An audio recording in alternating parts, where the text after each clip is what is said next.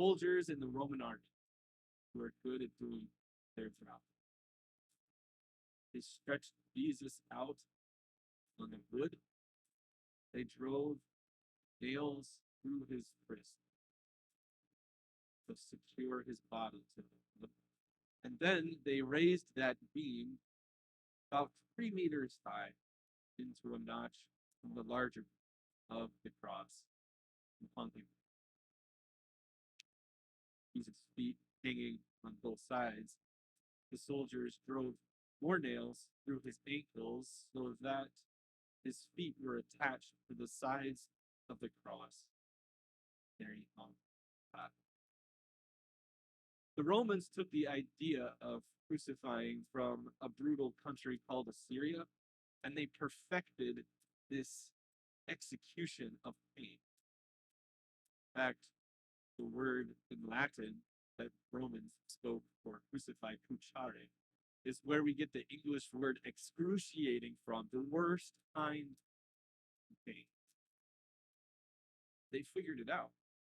The great peace that Rome had was in part due to the way they dealt with the worst of the worst, because they did crucifixions on the most public of places, on the busiest roads, as kind of a billboard that says, don't mess with Rome.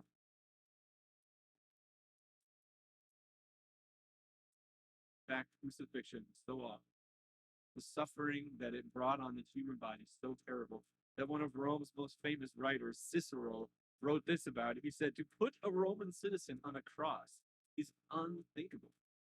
What shall I say of crucifixion?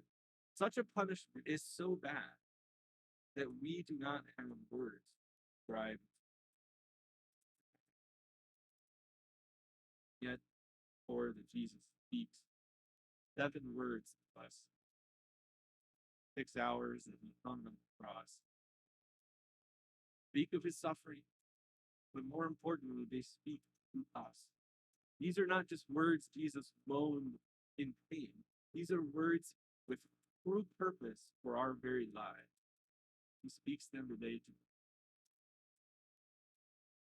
As the soldiers were pounding those nails through his hands, first word was, Father, forgive them. It was a prayer on behalf of the people who were putting him on the cross. Not just a prayer for those soldiers on there, but a prayer for us. Some of you may have seen the film The Passion of the Christ. Mel Gibson produced it. It was the #1 R-rated movie, simply because of how horrible it was. Just a film depicting Jesus' suffering. And that wasn't even as bad as it actually was. Mel Gibson, who made that film, insisted that his hand would be the hand in the film, holding the nail that was put on Jesus' wrist. And it is a nice symbol to say, it was my hand that drove the nails through Jesus and ruined it. So when Jesus prays this prayer, Father, forgive them, he isn't just speaking empty words, making it happen. Jesus' first word come from Luke chapter 23, 26 to 46. As the soldiers led him away, they seized Simon from Cyrene, who was on his way in from the country, and put the cross on him and made him carry it behind Jesus. A large number of people followed him, including women who mourned, wailed for him. Jesus turned, said to them, Daughters of Jerusalem, do not weep for me. Weep for yourself, for your children. The time will come when you will say, Blessed are the childless women, the wombs that never bore, and the breasts that never nursed. And they will say to the mountains, Fall on us, and to the hills, cover us. For if people do these things when the tree is green, then will happen when it is dry. 2 other men, both criminals, were also led out with him to be executed. When they came to the place called the Skull, they crucified him there, along with the criminals, one on his right, the other on his left. Jesus said, Father, forgive them, for they do not know what they are doing. and they divided up his clothes by casting lots.